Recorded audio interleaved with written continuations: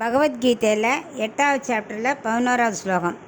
யதக்ஷரம் வேத விதோ வதந்தி விஷந்தி யத்யத்தயோ வீதராகாஹ யதிச்சந்தோ பிரம்மச்சர்யம் சரந்தி தத்தே பதம் சங்கிரஹேன பிரவக்ஷ்யே.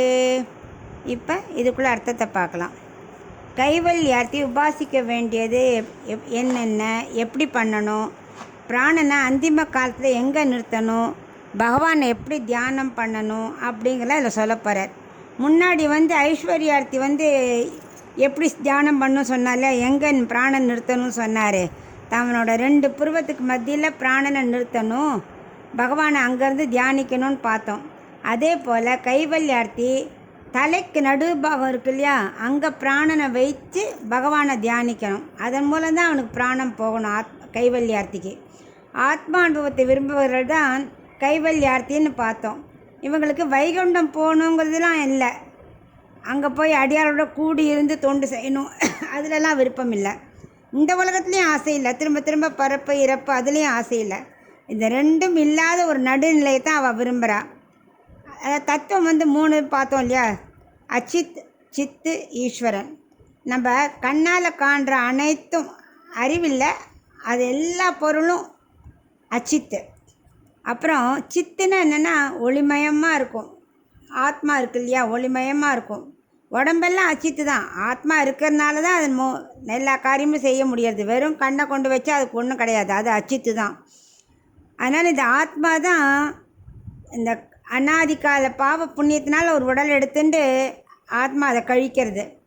பிறப்பின் சக்கரத்தை கழிக்கிறதுக்காக தான் பாவ புண்ணியமே நம்ம எடுக்கிறோம். அதை தொலைக்கணும். இது ஃபுல்லாக தொலைஞ்சாதான் முக்தியே கிடைக்கும். முக்தியில் 2 நிலை இருக்குது. ஒன்று பகவான் அடையிற மிக உயர்ந்த நிலை, வைகுண்ட பிராப்தி.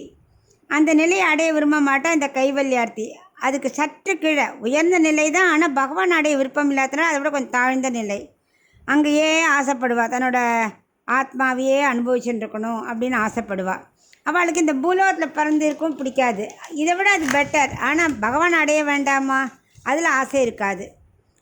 இவ என்ன பண்ணணும், ஆத்மா அனுபவத்தையே அனுபவிச்சுட்டு இருப்பாள் இல்லையா. அவள் என்ன பண்ணுவாள், வேதத்தை நன்கு கத்தவா என்ன சொல்கிறாளோ, அழியாத தேய்மானம் இல்லாத அக்ஷரகன்னு சொல்கிறா இல்லையா, அந்த கைவல்யார்த்தி அதைத்தான் அடைய ஆசைப்படுறான். ஆத்மா அனுபவம், ஆத்மாக்கு எங்கேயான அழிவு உண்டா, தேய்மானம் உண்டா, ஒன்றும் கிடையாது. ஸோ அதையே அனுபவிக்க ஆசைப்படுறான். அவன் என்ன பண்ணணும், காமம், ஆசை இதெல்லாம் ஃபுல்லாக இருக்கவே கூடாது. எந்த உயர்ந்த நிலை அடையணுன்னாலும் முதல்ல பிரம்மச்சரியத்தை அவள் அனுபவிக்கவே கூடாது, விட்டுறோம். பிரம்மச்சரியத்தை ஃபாலோ பண்ணணும். அது ஆத்மா அனுபவத்திற்கு பிரம்மச்சரியம் ரொம்ப ரொம்ப முக்கியம். ஆனால் அதே பகவான் அடையிறோம் இல்லையா, அவளுக்கு அவ்வளோக்கு இருக்க வேண்டாம், அவள் குடும்பத்தோடு இருக்கலாம். ஒன்லி சரணாகதி தான் முக்கியம். அதனால் அப்படிப்பட்ட கைவல்யார்த்தி உயர்ந்த நிலை தான். பகவானோட வைகுண்டத்தை கம்பேர் பண்ணும்போது தான் கொஞ்சம் தாழ்ந்த நிலை. அதை பற்றி நான் உனக்கு சொல்கிறேன், நீ அறிஞ்சுக்கோள். இதான் கைவல்யார்த்தியோடைய நிலைமை. அவள் தலைக்கு நடுபாகத்தில் இருந்துட்டு பிராணனை வச்சுட்டு பகவானை உபாசிக்கணும் அப்படின்னு இதில் சொல்கிறேன்.